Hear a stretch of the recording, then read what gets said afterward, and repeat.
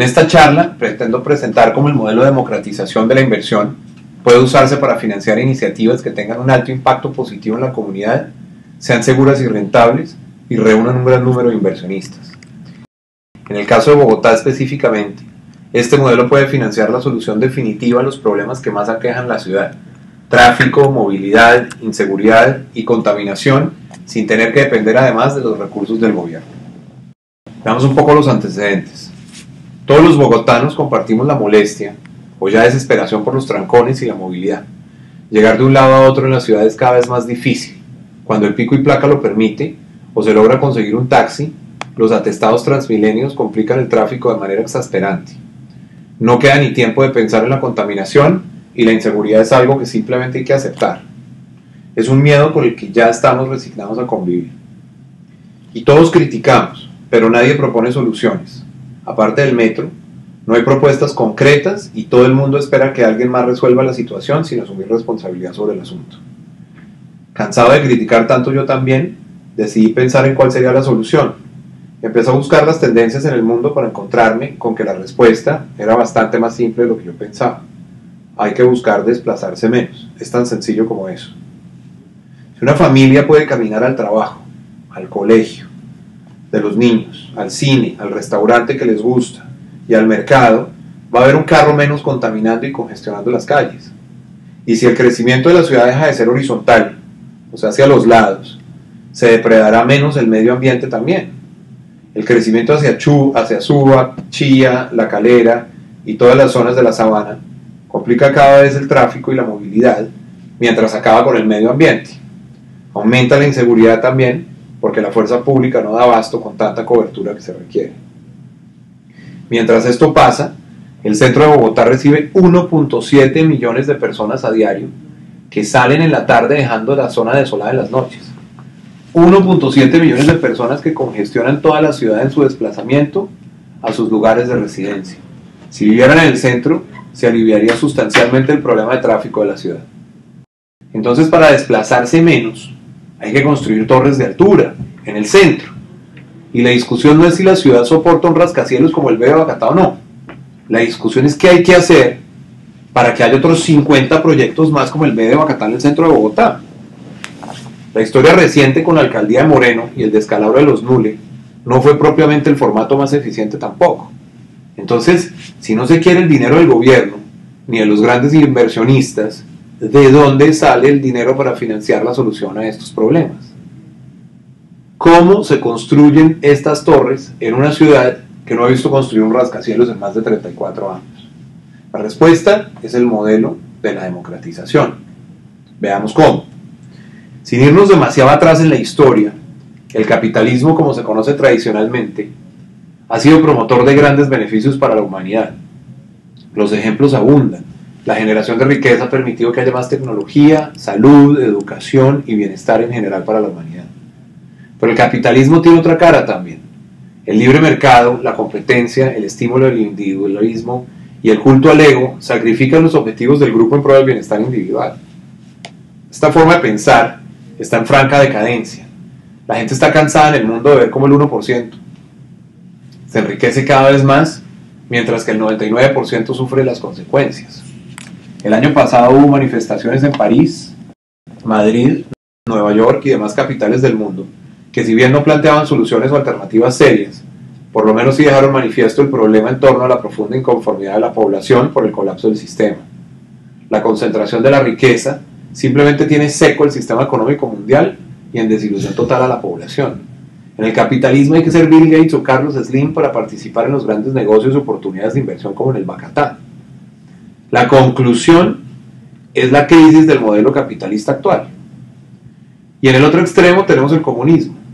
El problema es que quedó probado que la alienación del individuo en beneficio del grupo, según profesa el comunismo, no funciona tampoco en ninguna de sus versiones. El grupo acabó con el individuo en el modelo comunista y a nadie le gusta que le pasen por encima. Tenemos entonces, por un lado, un modelo capitalista en crisis y por el otro lado, un modelo comunista inviable. Un nuevo modelo.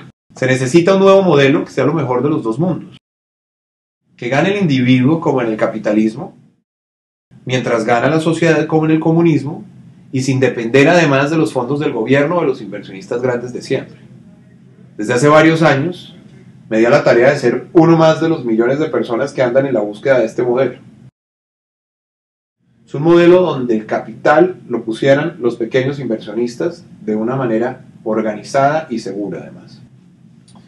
Y mientras pensaba en cómo inventar la estructura jurídica ideal, investigaba con nuestros abogados las diferentes formas de fondos y demás, cuando teníamos algo viable se caía por costos operativos o de administración. Cuando no era una cosa era la otra. Abortamos varias veces el proceso hasta que finalmente lo enterramos con tristeza. Hasta que una mañana unos señores españoles nos presentaron un proyecto en Bogotá, Colombia, más específicamente en la carrera quinta con calle 19 en pleno centro. La emoción inicial de poder hacer un primer proyecto en mi país, después de haber hecho más de 29 en Miami, Panamá, México, República Dominicana y Nueva York, y de haberme ido hace tantos años, fue grande. La reunión fue en el restaurante de Tromp Soho, proyecto que comercializamos hace varios años en Manhattan. Me pareció una locura inicialmente los catalanes, la verdad, pretender hacer semejante proyecto en el centro de Bogotá. Sobre el final del desayuno, cuando ya estaba descartando nuestra participación en el proyecto, me explican que en Colombia existe una figura hace muchos años, más de 20, que se llamaba derecho fiduciario y que permitía a un gran número de compradores participar en proyectos inmobiliarios en preconstrucción. Adicionalmente, con el manejo de los recursos hechos por firmas de terceros profesionales. Es así como literalmente me desayuno con el trabajo de las fiduciarias, solo para encontrar cada vez más ventajas. Los recursos de los inversionistas en términos de seguridad permanecen siempre bajo la supervisión y control de la sociedad fiduciaria, que los mantiene además intactos hasta que se alcanza el punto de equilibrio y se autoriza a comenzar a hacer los desembolsos necesarios para la construcción. Pero también tiene otra serie de ventajas adicionales muy importantes. Por ejemplo, uno de los elementos de la fiducia es el patrimonio autónomo que se forma con el conjunto de bienes y recursos aportados por el constituyente y por los inversionistas y está aislado del patrimonio personal, del fideicomitente y del patrimonio de la fiducia. Esto también es una garantía adicional de la integridad de los bienes y recursos que hacen parte de ese fideicomiso. Entonces nuestra aguja en el pajar, el modelo que tanto hemos buscado, que redefiniría el capitalismo y el comunismo como lo mejor de los dos mundos, ya existía y existía en Colombia. Y era además blindado en su estructura y protección del capital para los inversionistas. Era casi perfecto. Y digo casi porque aún se debe refinar el mecanismo para la fijación del precio óptimo. Me gustó tanto el modelo que decidí bautizarlo para diferenciarlo de los demás proyectos que se comercializaban con derechos fiduciarios. Y así nació el nombre FIDI, acrónimo que cumplía un doble propósito. Por un lado hacía referencia al Financial District, FIDI, en Wall Street, donde queda nuestra sede principal, y por el otro lado era la figura internacional de inversión inmobiliaria.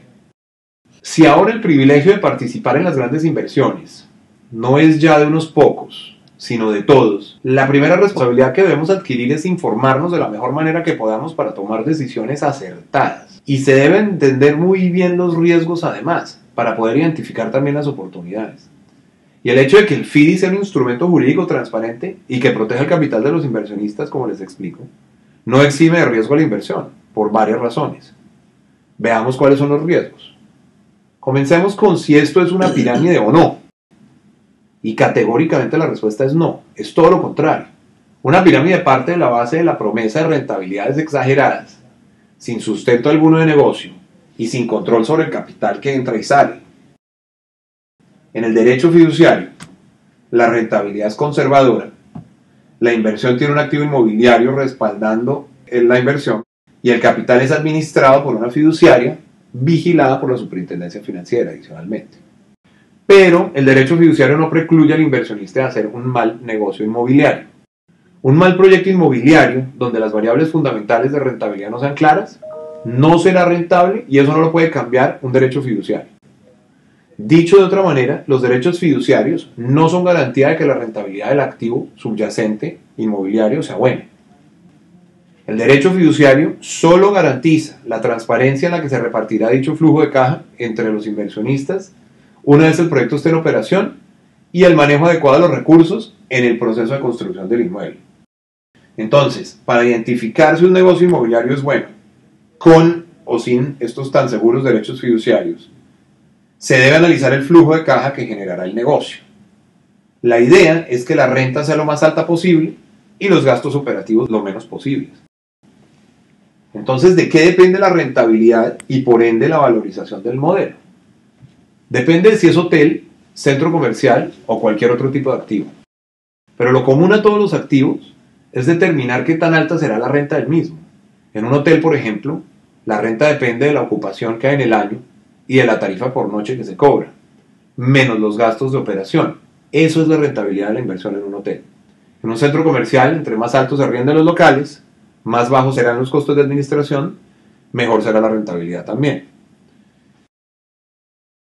Entonces, en la fórmula que vemos acá, R es la rentabilidad de la inversión, I es el ingreso bruto del bien inmueble, TX son los impuestos, MT es el mantenimiento, BM es el valor de mercado de la propiedad. Y veamos cómo aplica específicamente para el ejemplo de B de Bacatá también. Si el hotel se alquila por noche a 286.000 pesos, tiene 364 habitaciones. Al hablar de una ocupación del 65%, tenemos un ingreso bruto por hospedajes de 24.924 millones de pesos, más ingresos por alimentos y bebidas de 10.415 millones. Y otros ingresos como los que producen los salones y eventos, que digamos para el ejemplo son de 5.200 millones de pesos. Entonces tenemos un ingreso total de 40.860 millones de pesos. Ese es el ingreso bruto, por todo. Si asumimos que los costos y gastos son el 54% del ingreso total, estaremos hablando de unos costos de 22.472 millones de pesos. De acuerdo con estas cifras, tendremos una utilidad neta de 18.387 millones de pesos. Esa utilidad neta sobre el valor del avalúo del activo, que es de 186.000 millones de pesos, da la rentabilidad de la inversión, que sería de 9,89%. Como los impuestos son cero porque la teoría está exenta por 30 años, se mantiene así. Este valor, si se divide en 3.000 FIDIs, da el costo aproximado de 62 millones de pesos por cada uno con su respectiva rentabilidad proyectada del 9,89%.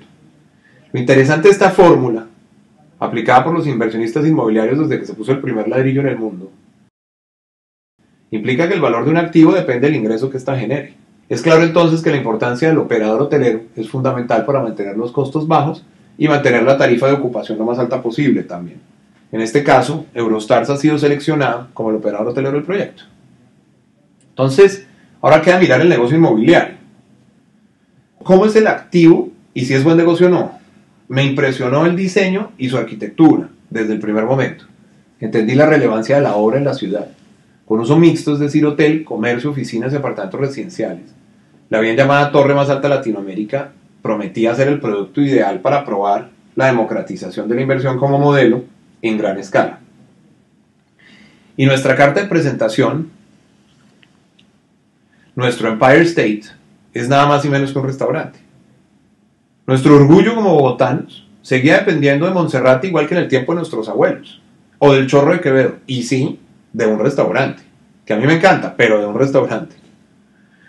Estamos en mora de tener un nuevo símbolo arquitectónico en la ciudad, que además sea el primero de ojalá muchísimos más que le cambien la cara a Bogotá. La arquitectura de Sergio Balaguer, otro catalán de mucho nombre y quien ha completado importantes proyectos en el mundo, como la Torre Esperia en Barcelona, en donde subieron una cúpula entera al tope de la torre, y quien tuvo levantada una plaza de toros del año 1900 durante más de un año, mientras le construía por debajo un centro comercial, era la ideal para un reto técnico de la magnitud del B de Bacatá y el tipo de producto que demandábamos los colombianos. Y realmente, con todo esto, vimos que el modelo funcionó. Actualmente el Bacatá tiene más de 240.000 millones de pesos en ventas, antes de la feria, representados por más de 1.700 colombianos, que hicieron una inversión segura, rentable, y que además contribuye con el cambio de Bogotá. Son 1.700 personas que, como Patiño, creyeron no solo en la seguridad del modelo, sino en el potencial histórico que tiene el proyecto. Y entonces ahí fue donde entendí que los señores catalanes ya no me parecieron tan locos, sino más bien visionarios. Visionarios que identificaron a muchas millas de casa, en la 19 con quinta de nuestra ciudad, como un proyecto de alta densificación vertical traería gente a vivir, trabajar y entretenerse al centro y por ende a cambiar la ciudad en beneficio de todos. Entendiendo el modelo, me di a la tarea de buscar su aplicación en otros proyectos que fueran de alto impacto para Bogotá. Hay mucho proyecto de renovación urbana que contribuiría grandemente con la solución de los problemas de la ciudad. Para citar un ejemplo, está el proyecto de San Victorino en el centro, en donde si se construye, se podría solucionar uno de los grandes problemas de mayoreo de todos esos comerciantes que además podrían participar independientemente de su capacidad económica, porque pueden entrar de pequeños a grandes, todos como propietarios. Y al estandarizar la capacidad productiva, podrían llegar a exportar incluso. Hay modelos de esto en China. Cada uno de estos proyectos presenta una posibilidad de inversión rentable y segura. Y repito, ¿qué necesitan todas? Capital para crecer. Cada una de estas iniciativas es un ejemplo del beneficio individual que puede obtener una persona si invierte en el bienestar de la comunidad a través de la democratización de la inversión y su modelo. Este modelo podría conseguir más recursos a través de inversionistas en FIDIs para escalar estas ideas y aumentar su cobertura en beneficio de todos. Y resulta ser que este modelo existe hace miles de años y que existe mucho antes que Ubuntu. Miremos la definición del Ubuntu. Se trata de una forma de colaboración en la que la existencia y el éxito de cada individuo dependen íntimamente de la relación con los demás. Cada persona se explica como parte de un grupo más grande, en la que la colaboración y el respeto por los demás son elementales para que tanto los individuos como la comunidad progresen. Es necesario que todos estemos en contacto, pero un contacto auténtico con los demás, pues solo así se garantiza un trabajo colectivo en el que prevalece el éxito del grupo. Pero no se trata de una dilución del individuo, sino de una forma de hacerlo crecer como parte del crecimiento colectivo. Dicho de otra forma, no se trata de no obtener un beneficio económico por hacer una inversión, por ejemplo, sino se trata de hacerlo en una forma en la que todos salgamos ganando. De acuerdo con esta creencia, cada persona es mejor porque su comunidad es mejor. Cada persona gana porque su comunidad gana. Cada persona es feliz porque su comunidad es feliz. Y esto se resume en soy porque somos. Y aún más interesante es que los indígenas de los Andes tenían su versión propia del Ubuntu, conocida como Aini. Aini también es la creencia de que la colaboración y la solidaridad son el mecanismo que permite el crecimiento más sólido de una sociedad. Y que es en ese contexto donde el individuo también puede obtener su mayor beneficio. Resulta entonces que no solo encontré en mi país el modelo que transforma el capitalismo y el comunismo, combinándolos en algo mejor, sino que la filosofía que está cambiando el mundo fue inventada antes de Colón en los Andes colombianos por nuestros antepasados indígenas, simultáneamente con los africanos. Y que mucha gente en el mundo no tiene duda de su validez. Entre ellos, Nelson Mandela, Desmond Tutu y Bill Clinton, así como muchos otros más. Veamos este video. Also have something in our African culture we call Ubuntu, the essence of being human, and that to forgive is not just being altruistic, it's the best form of self-interest. Bishop Tutu reminded us that sort of the essential wisdom of Africa about the human condition is captured in the word Ubuntu. He didn't give you the literal translation because it is almost mystical. The literal translation of Ubuntu in English is, I am because you are. Now, when we finished sequencing the human genome, we discovered the astonishing fact that genetically every breathing human being on the planet is more than 99.9% the same. You think about how much of your life, your own life, is organized around that 0.1%. You had better grades than somebody else. You're better looking than somebody else. we're arrogant enough to think that those of us that have a lot of money are so much better than that poor girl that's going up in that village in Lesotho trying to get people to get tested for AIDS. Now you think about it. All of us, we organize more than 90% of our lives, our thoughts, our energies, our self-image. We all do it around that 1/10 of 1%. Even the most liberal, social-minded, giving, unselfish, we always think about, what is it? All of us do that. We have lived our whole lives that way. So Ubuntu, for us it means the world is too small, our wisdom too limited, our time here too short to waste any more of it in winning fleeting victories at other people's expense. We have to now find a way to triumph together. Cada vez más gente despierta la inconsistencia a la conciencia de la realización individual a través de los demás. Yo creo que la humanidad está evolucionando colectivamente hacia ese mejor lugar. No lo digo yo, lo dice Desmond Tutu, lo dice Mandela, lo dice Clinton. Y yo pienso que la verdad nosotros como Bogotá no debemos ser la excepción. El mensaje tiene sentido.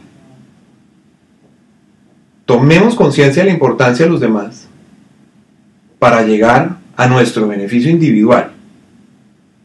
Ese es el primer paso para renovar nuestra ciudad. Y tomemos conciencia, de la importancia de hacerlo ya. Seamos todos y cada uno más de los que toman la decisión de cambiar a Bogotá. Porque si no somos nosotros, señores, ¿quiénes? Ya no podemos seguir esperando más a que alguien solucione los problemas en nombre nuestro. Nosotros somos los que los tenemos que solucionar. Y podemos estar de acuerdo o no con las propuestas para cumplir con esa mejora, con los proyectos que haya que hacer, si la densificación vertical es válida o no. Pero en lo que sí tenemos que estar de acuerdo todos es en asumir la responsabilidad nosotros mismos y de hacerlo ya, y de participar de esta filosofía que lo único que busca es el beneficio global. Como dije al principio de mi charla, me cansé de criticar, de verdad, y los invito a todos a que hagamos lo mismo y cambiemos la ciudad, nosotros, hoy, ya, en beneficio de todos, y con el modelo de democratización tenemos el capital. Muchas gracias.